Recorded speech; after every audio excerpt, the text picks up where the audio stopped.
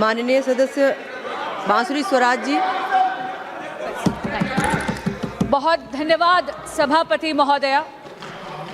मैं इन तीनों एक कॉन्स्टिट्यूशनल अमेंडमेंट और दोनों बिल्स का समर्थन करने के लिए खड़ी हुई हूं।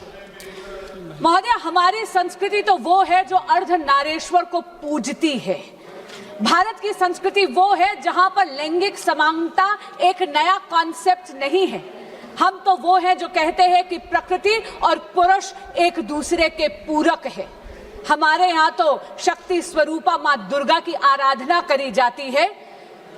भगवान विष्णु का सुदर्शन चक्र, महादेव का त्रिशूल और ब्रह्मा जी का कमंडल, यानी तीनों त्रिदेवों की शक्ति अगर समाहित करना हो तो वो केवल और केवल माँ दुर्गा ही कर सकती है। ये स्तर है नारियों का हमारी संस्कृति में। लेकिन कहीं ना कहीं आक्रांता आए और हमारी संस्कृति का अपभ्रंश हुआ। जहां सम्मान हमारी संस्कृति है, वहीं महोदया नारियों का सशक्तिकरण करना हमारा कर्तव्य है। आज यहाँ पर टीएमसी की एक संसद सदस्य ने कहा इक्वालिटी इज बाय बर्थ। मैं उनकी बात से बिल्कुल सहमत हूं, क्योंकि पुरुष और स्त्री को एक समान तो ईश्वर ने ही बनाकर भेजा है। पर उन्होंने ये भी कहा कि equality can not be given by political exercise. मैं उनकी बात से बिल्कुल सहमत नहीं हूं। महिला आरक्षण की आवश्यकता क्या है, ये मैं कुछ आंकड़े देकर इस सदन के समक्ष रखना चाहूंगी। आज महिलाएं पूरे के पूरे विश्व में, खास करके महिलाएं जो भारत की बेटियां हैं, वो अपना परचम लहरा रही हैं। वो चाहे साइंस हो, चाहे टेक्नोलॉजी हो, चाहे लॉ हो, लेकिन राजनीतिक क्षेत्र में उनका प्रतिनिधित्व बहुत कम है। अगर हम 2024 का इलेक्शन देखें तो वहां पर महिला वोटर की तादाद पुरुषों के मुकाबले ज्यादा थी। लेकिन मैं पूछना चाहती हूं विपक्ष के उन साथियों से जो आज इस संशोधन का समर्थन नहीं कर रहे, क्या बात आप महिलाओं की भूमिका केवल मतदाता तक ही रखना चाहते हैं क्या? आज इस सदन में महिलाओं का प्रतिनिधित्व केवल 13.6% है। अगर हम विधानसभा में जाएं तो वहां पर महिलाओं का प्रतिनिधित्व 10% से भी कम है। और अगर हम ग्लोबल परसेंटेजेस देखें महोदया, तो वहां पर 27.6% है। मैं तो धन्यवाद करती हूं आदरणीय प्रधानमंत्री श्री नरेंद्र मोदी जी का और इस सदन में उन सभी राजनीतिक दलों का जिन्होंने 27 बरस पुराना विलंब जो था, डिले थी, उसको हर कर नारी शक्ति वंदन अधिनियम को सितंबर 2023 को एक हकीकत बनाया, उसको पारित करा। पर महोदया, मुझे अचंबा है कि मेरे विपक्ष के साथी जिन्होंने सर्वसम्मति से नारी शक्ति वंदन अधिनियम पारित तो कर दिया, उसे कानून तो बना दिया, आज वो इसे 2029 में लागू करने के लिए अपना समर्थन क्यों नहीं दे रहे हैं? वो क्यों अपने हाथ खींच रहे हैं? कल मैंने एक वीडियो देखी जो माननीय नेता प्रतिपक्ष ने जारी करी थी। मैं आपके माध्यम से उनको कहना चाहती हूं, ये जो संशोधन आया है, ये वचन पूर्ति के लिए आया है। इस पूरे सदन ने प्रधानमंत्री श्री नरेंद्र मोदी जी की प्रेरणा से, इस देश की मातृ शक्ति से ये वचन करा था कि हम इस कानून को 2029 से ही लागू कर देंगे। मैं पूछना चाहती हूं माननीय नेता प्रतिपक्ष से, वो कहते हैं this is a power grabbing move. मैं उन्हें याद कराना चाहती हूँ, पावर ग्रैब का मुद्दा नहीं, ये पावर बैलेंस का विषय है। ये हक चोरी का विषय नहीं, हक के हिसाब का विषय है। और महोदया, बहुत विनम्रता से कहना चाहूंगी कि इस सदन को, इस देश की मातृशक्ति को उसके हक का हिसाब देना पड़ेगा। दल और राजनीतिक स्वार्थ से ऊपर उठकर, विचारधारा की भिन्नता से ऊपर उठकर, इस सदन की जिम्मेदारी है कि हम इस संशोधन को सर्वसम्मति से पारित करें। विपक्ष के कुछ साथियों ने कुछ ऐसे क्रिटिसिज्म्स रखे हैं, कुछ ऐसे कटाक्ष रखे हैं, जिन्हें मैं यहां बहुत विनम्रता से उनका जवाब देना चाहूंगी, उन संशयों का। और ये आग्रह करना चाहूंगी कि आपके संशय डिबेट तक सीमित रहे, वोट तक उन पर उनकी परछाई मत पड़ने दीजिएगा। माननीय उपनेता सदन ने कहा कि हम आरक्षण के पक्ष में नहीं हैं। मैं उन्हें याद कराना चाहती हूं कि 40 बरस से इस देश की बेटियां प्रतीक्षा कर रही थी नारी शक्ति अधिनियम लागू हो, महिला आरक्षण लागू हो।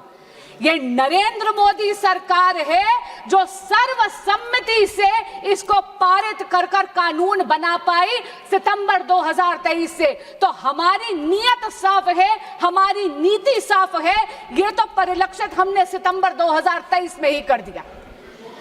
मैं फिर पूछना चाहती, बार बार विपक्ष के कई साथियों ने कहा टाइमिंग की बात करी, यहां तक कि माननीय अखिलेश यादव जी ने कहा जल्दबाजी। मैं पूछना चाहती हूं कि 40 बरस की डिले के बाद भी आप जल्दबाजी का आरोप किस मुंह से लगा रहे हैं? और रही बात इलेक्शन की, महोदय, जब तक कि एक राष्ट्र एक चुनाव का रिफॉर्म इस देश में लागू नहीं हो जाएगा, हमारी पॉलिटी का नेचर ये है कि यहां तो चुनाव हमेशा रहते हैं। मैं आपको एक व्यक्तिगत अनुभव बताती हूं। मुझे अभी 2 साल भी पूरे नहीं हुए एज अ सांसद। जून में 2 साल में कंप्लीट करूंगी, लेकिन बंगाल का चुनाव 7वां चुनाव है जिसमें योगदान करने का मुझे मौका मिल रहा है। इसलिए चुनाव तो यहां चलते रहेंगे, लेकिन चुनाव बहाना नहीं बन सकता हमारे देश की मातृशक्ति का हक मारने के लिए। अखिलेश जी ने विचार परिवार की भी बात करी। मैं शायद वो इस बात से अवगत नहीं है, क्योंकि मैं भी राष्ट्रीय सेविका समिति की ही एक कार्यकर्ता हूं। पिछले 90 वर्षों से राष्ट्रीय सेविका समिति संघ के साथ कदम से कदम मिलाकर इस देश की सेवा कर रही है। महोदया, एक भय, एक भ्रम बना दिया गया है डीलिमिटेशन को। मैं आपके माध्यम से ये बात स्पष्ट कर दूं हमारे विपक्ष के साथियों को, डीलिमिटेशन यानी परिसीमन भारतीय जनता पार्टी का प्रपंच नहीं है। It is not a conspiracy of the BJP, it's the constitutional mechanism. वही कॉन्स्टिट्यूशन, वही संविधान जो बाबा भीमराव अंबेडकर जी ने बनाया है, उन्हीं के रचित कॉन्स्टिट्यूशन में ही ये प्रावधान है, ये मैकेनिज्म है जहां पर डीलिमिटेशन अनिवार्य है। पर महोदया, मैं बहुत विनम्रता से कहना चाहती हूं, नारी शक्ति वंदन अधिनियम को लागू करना मंजिल है, परिसीमन केवल और केवल राह है। आप राह और मंजिल में कंफ्यूज मत होइए। Please do not confuse the road and the destination. Delimitation is only the road, it is नारी शक्ति वंदन अधिनियम, the women reservation which is the destination, and it is high time that we complete that journey to that destination. एक और बात कही गई, यहां पर बोला गया कि 543 में क्यों नहीं लगा देते, और मैं हैरान हुई जब एक महिला सांसद ने यह कह दिया कि आप परिसीमन करके सीटें बढ़ा रहे हैं, यह तो शोविनिज्म है। शोविनिज्म का आरोप लगाते हुए ये भूल गए कि 543 सीटें पुरुषों का एकाधिकार नहीं है। वो भूल गई कि इन 543 में आज भी 74 पर हम नारी शक्ति का रिप्रेजेंटेशन करते हैं। महिला सांसद भी हैं इस सदन में। आप रिजर्वेशन को एब्स्ट्रैक्ट में लागू नहीं कर सकते। आपको रिजर्वेशन को आइडेंटिफाइड कॉन्स्टिट्यूएंसीज में ही करना पड़ेगा, और इसीलिए परिसीमन आवश्यक है, सीटों की बढ़ोतरी आवश्यक है। कई लोगों ने पूछा कि आप 543 में ही क्यों नहीं लागू कर देते। मैं याद कराना चाहती हूं कि ये जो अभी कॉम्पोजिशन है 543 सीटों की, ये 1971 के बेसिस से, उनके सेंसस के बेसिस पे है। तब भारत की पॉपुलेशन वाज ओनली 51.4 करोड़। आज भारत की पॉपुलेशन 3 दुगनी हो गई है। हम आज 140 करोड़ का देश है। महोदया, ये सदन अनर्थ करेगा अगर महिला सशक्तिकरण की केवल बात करता है और महिला आरक्षण पॉपुलेशन को रिफ्लेक्ट करते हुए इंप्लीमेंट नहीं करेगा। नारी शक्ति वंदन अधिनियम के इफेक्टिव इंप्लीमेंटेशन के लिए यह अनिवार्य है कि परिसीमन हो और सीटें बढ़ाई जाए। 74 से 273 तक का ये जो सफर है, ये केवल मातृशक्ति के उत्थान के लिए नहीं, ये इस राष्ट्र को सुदृढ़ करने के लिए, इस राष्ट्र में एक स्वर्णिम अध्याय लिखने के लिए।